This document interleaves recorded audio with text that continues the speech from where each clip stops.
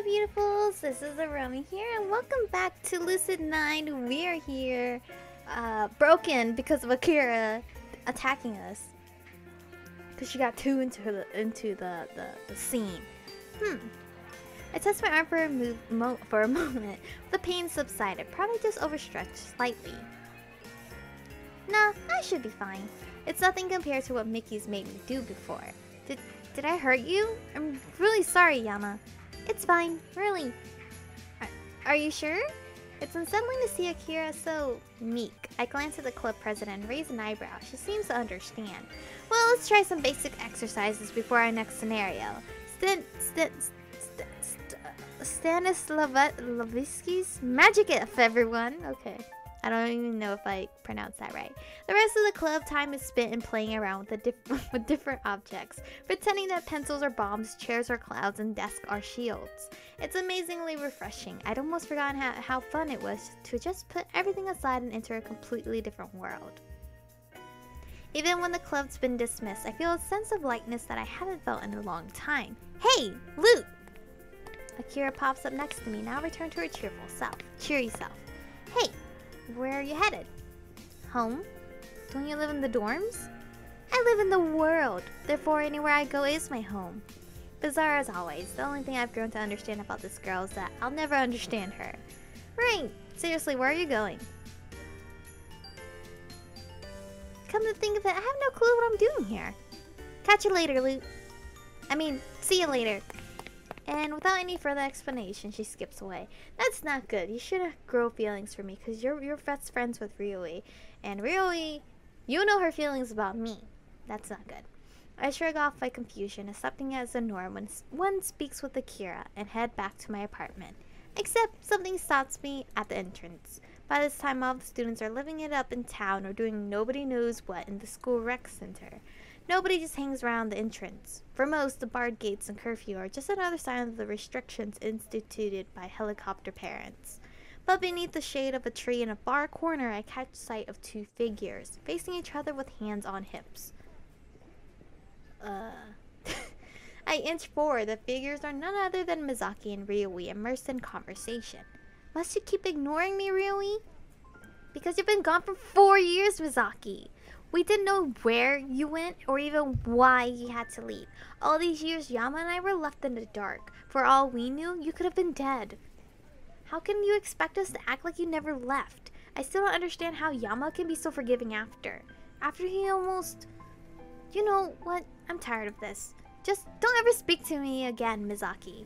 She turns to stalk off, but Mizaki grabs her wrist in the blink of an eye. I'm not letting you walk away again, damn it! Do you believe that I wanted to leave Seto to move to District 6 with my mother, who, by the way, doesn't even deserve to be called my mother? What I don't understand is why you're blaming me for something I couldn't control. Mizaki's sudden outburst seems to catch Ryui off guard. District 6 doesn't deserve to be called my mother? Just what happened to Mizaki after she left Seto? Mizaki, you're hurting my wrist. Oh, I'm sorry, Ryui. I shouldn't have. The two girls seem to avoid each other's gaze for an awkward moment. Ryui is the first to speak, her voice coming out in barely a whisper. Half a year after you left, we gave up. We thought you'd never contact us again. I was okay, but Yama, he thought that someone had left him again, forever. Oh God! The picture. He thought that the people would just keep leaving him. But no one would stay by his side. He locked himself in his room, pulled himself into a shell. I couldn't reach him. No one could. He didn't trust any of us to stay. Then I dropped by his house one day, and the medicine cabinet was open, and this huge bottle was gone. You mean... Yeah. You know how hands-off his parents have always been? The ambulance barely made it in time. They had to start pumping him on site, and that's how bad it was. Was it really that bad? So, I understand why I was so upset. I had no idea, really. That picture scared me, even though it was just a filter. Just, where were you, Mickey? Why? Why couldn't you have just... Ryui breaks off and covers her face with her hands. Mizaki's expression crumples. She hesitantly reaches towards Ryui. And Ryui promptly kicks her in the shin. Dummy Mickey! Why did you take so long? Why weren't you there for Yama? Why weren't you there for me? Aw, she's crying that she misses her. Really? And now they're draped against each other, sobbing like newborn children. What just happened? I don't know. I quietly inch away from the scene, feeling the sudden sense that they need privacy. At least they made up. Well, from the looks of it, it almost looks like Ryui was just really overwhelmed from keeping secrets. My memory of that time is very faint, but hers must be crystal clear. Her terror, her anguish when she stumbled on me, must have been festering inside her all these years, because mentioning anything could have sent me over the brink. She always had to fake smiles, put me first, pick me up when I'd fallen down. Something itches in the back of my mind, a weird kind of dizziness threatening to overcome me. I force it back until I can become more detached. I really don't want to think about that time, but thankfully I can suppress it for now. But Ryui, she was never one to hide away from her feelings. She faced that painful force. Little wonder that seeing Mickey again had brought all that to the surface. And Mickey. She said she moved to District 6, what they told me. Something she hadn't told me when I first saw her. When I first saw her for 2 days ago. Wait, what? We've only seen her 2 days ago? I feel like it's been weeks. Why would she resent her mother so passionately? Also, why would they move to District 6, the most poverty-stricken area of Izamu? It certainly makes me curious, but then again, it's really none of my business. At least she and Ryui are friends again, so maybe now the three of us can go back to the way we were. I can't hide a smile as I lounge against the couch after whipping some dinner, replaying the exchange in my head. I'm glad they've made up, really glad. Somehow it feels like a big burden has been lifted off of me, even though I technically had nothing to do with the argument. And now I'm getting all sappy. Let's see, what should I do tonight? Watch Governmaker, work on homework with someone. You're gonna do that. Guess I should actually study, not that I'd ever do it alone. If I'm going to be miserable, I might as well be miserable with someone else. Ryui! I love Ryui! Ryui's always been good at Japanese. I should get her to help me. I don't even need a second think about that. It's always Ryui. Always.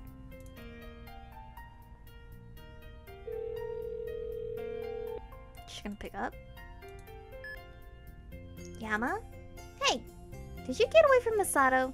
As always, you know, considering that he's the star of track, he runs pretty slow. Maybe he just realized that you're not worth catching. Ha! Nice one! Thank you. So, what's up? What? I can't say hi to my best friend? This is you we're talking about. The guy who'd be too lazy to go to his own funeral. Fair point. So, I'm studying Japanese. What? Are you feeling okay? Huh? Yeah. You never study. There's a first time for everything, including using your brain apparently. You're on a roll today. I should write these down. In a book. It'll be a bestseller. What are we even talking about? Japanese? It's kind of related. You know, literature? Ha, please. Japanese literature never has snarky heroines. Heroines? That's the word I hate. It never has main character, period. Well, actually, there's a couple cases, like Princess Kaguya, some stories from the Tales of the Spring Rain, some of Shikamatsu Monzaemon's works. Yeah, for some reason, unbeknownst to mankind, she really likes Japanese literature. I think I got the point. Sorry. Actually, it's kind of cute to hear her talk so passionately about what she likes, but still, what? Why did I even call? So what did you need? What did I need? This is really sad. I can't even remember. Something important came up. Call you later? Huh? Sure. Either I'm really forgetful or Ryui ranting about Japanese literature distracted me. Japanese literature! Well, I don't feel like calling again, and honestly, I'd probably get things done faster just by studying on my own. She tends to get off topic, even if it's cute all the while. Did I really just think that? Hello? The sudden ring on my phone breaks me out of my thoughts. That's a scary, ringtone. Pick it up, dude. It's scaring me. Pick it up! Shigiri? Oh, sigh. I'd better answer this one. Okay, I guess so. Shigiri? A Shigiri? Shigiri, I'm gonna say Shigiri. Ishiyama. A most intriguing circumstance has transpired and necessitates immediate regency. I'm not going on another little goose chase, if that's what you mean. Oh, I aver that this is a far more exigency than a mere preliminary. Despite myself, I'm intrigued. And what would that be? The police have come to an impasse, an exact controversy for the recent disappearances within Izamu Imperial Boarding Academy. Are you conversant with the cases? I don't know what you guys are talking about. You're using big words. I ruefully think back to the events of the morning. Yeah, I'm somewhat familiar with the recent disappearances. Well, I should hope so, given that you attend the very institution. At any rate, you must meet me at the school tomorrow morning. We are scouring every last inch of that campus, even if it requires neglecting sleep. With luck, a crucial piece of evidence may be uncovered. Disappearances? Neglecting sleep? Evidence? What's going on?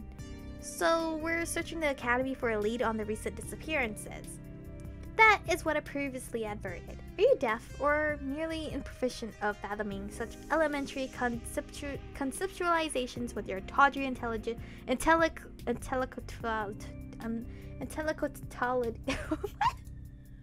There goes a canon of verbal abuse. I'm honestly impressed. I can't match her in that regard. I should read a dictionary. But no one disturbs my sleep. No one. And you're expecting me to pull an all-nighter for this? Well, naturally, the case demands it. I'm not doing that. Get some other people to help. On the contrary, as I have no qualms with neglecting sleep, you should be the one recruiting. Gather your accomplices as you deem necessary. Ishiyama, and meet me by the school gates at 8 a.m. sharp. But isn't it illegal to share confidential case information with civilians? It ought to be felonious to possess such infinitesimal acumen. Yet you are not incarcerated. That doesn't answer my question. Should you choose to go alone, know that you'll be spending the entirety of your day investigation. I'm not even getting paid! If you really don't want to do it, you don't have to. But we both know you're already too curious for that. I'm still not getting paid, though. What's really unfair is that she's actually right. Sometimes I wish she was oblivious and stupid, but then again she wouldn't be Shigeri, and she wouldn't have her job. Guess I have a lot of calls to make. Well, okay, Ryui, Masato, Yihiko, Miki, Akira, I guess, Eri, I don't know her name. When I arrived at the academy the next morning, I'm more proud that I remember half of these people's names. I found a fairly sizable group of people gathered by the gate, none of them looking particularly happy with me. Oh, and Elizabeth, forgot about you. Well, look who actually showed up.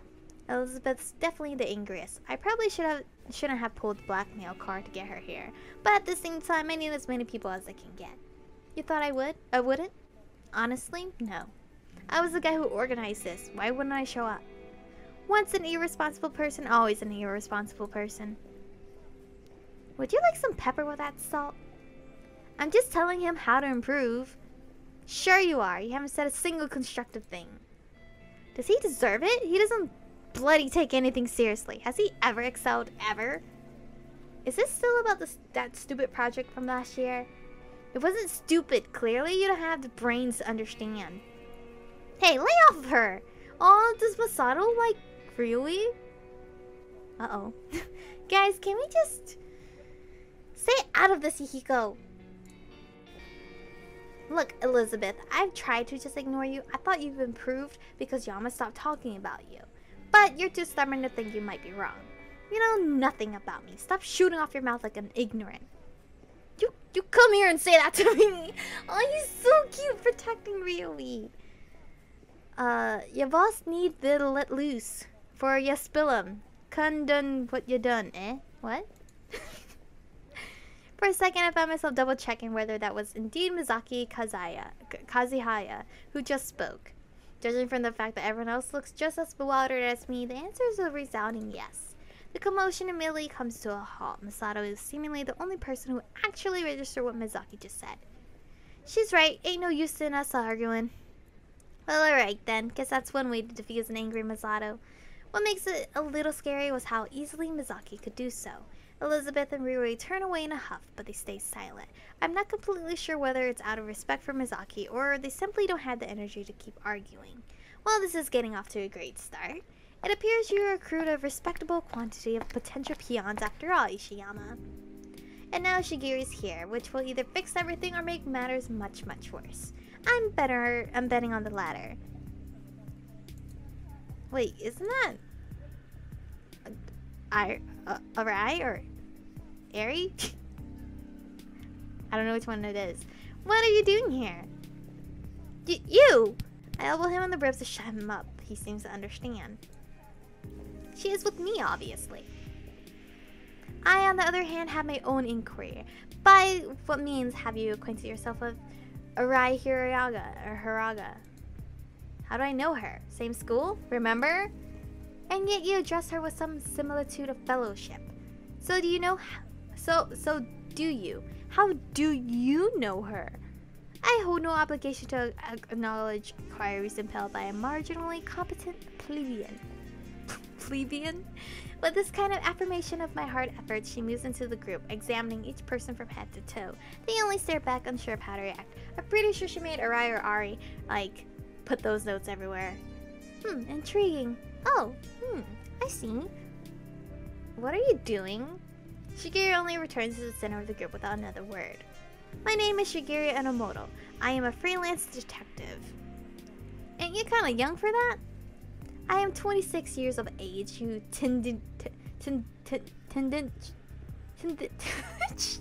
tendentious imbecile, and legally certified.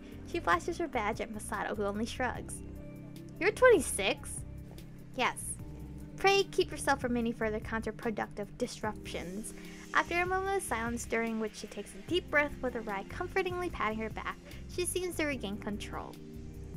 You have been summoned on account of an extremely important affair, as you might expect. I cannot divulge details due to the confidential nature of the case. However, I can tell you the following. We are searching for any information that may be related to the recent disappearance of Academy students. You must be meticulous, you must be witty, you must be adaptable, and above all, you must stay alive. I'm confused on how I'm staying alive so far, because you guys know I'm pretty bad at games that have to last to the end. Her words carry unusual dramatic weight. A quick glance around the area confirms my suspicion. Every person is leaning towards Shigeru, a glimmer of excitement in their eyes. Even Elizabeth seems interested. Heck, I'm looking forward to this. Turns out that Shigeru can be inspiring when she really wants to. Investigate all areas of the school until noon, where we shall reconvene at the garden rooftop to debrief. Leave no stone unturned. The lives of innocent students lie in our hands. 3, 2, 1. Break! Every person in the group tears off in one direction. Only Arai, Ryui, and Shigeru remain. Ryui shuffles close to Shigeru with a shy smile. I'm sorry, but would it be okay if I tagged along with you? Being a detective just sounds so cool. But of course only if it's okay with you and Arai. Or Eri, I don't know which one it is. I noticed Shigeru's chest puff up slightly like a proud veteran aiming to impress the newbies. Ryui probably scored extra points by including Arai. Well, if you insist. Arai? Or, I don't know her word. So, her name. Eri or Arai glances from Yui to Shigeru and back, the edge of her brow furrowing slightly. Shigeru, noting her hesitation, tries a comforting smile. Remember? Eri? Arai? Might be Arai. Arai stares vacantly I don't know, at Shigeru for a long moment, then nods. The corners of her lips rising just slightly. It's settled. What's your name? I'm Ryui, Ryo Hayata. Hayata? We must depart at once, Ryui. Enlightenment awaits. And she promptly dashes away, Ryui on her heels. Arai briefly glances in my direction as she follows them out. I spend an idle moment relishing the fresh air against my face and the glorious serenity of silence. Then I straighten my shoulders and evaluate my surroundings, ready to start my investigation. We're gonna go to... save here. We're gonna go to the rooftop. Whoa, those sounds. Maybe I need to take a step back and look at the bigger picture. The rooftop is always a good place for a bird's eye view of the campus. Ooh, it's pretty up here. If I was looking for scenery, the rooftop would be an ideal place to do so. Open faced and stretching high above the majority of the school, the rooftop is ripe with luscious trees and flowers blooming in aesthetic arrangements. It's also fairly quiet, which is pretty surprising given how nice it is. Then again, most of the students would rather be fiddling around on their phones or social media. But I don't really have the time to sit and take a look around, so I head right to the edge of the greenhouse to get a good look at the campus. No girls around to woo, it's kinda boring. That definitely sounds like Yahiko. Why? These trees are just as pretty as girls. Is that Masato? We don't know. That's gonna be for the next episode. So anyway, thank you guys for watching.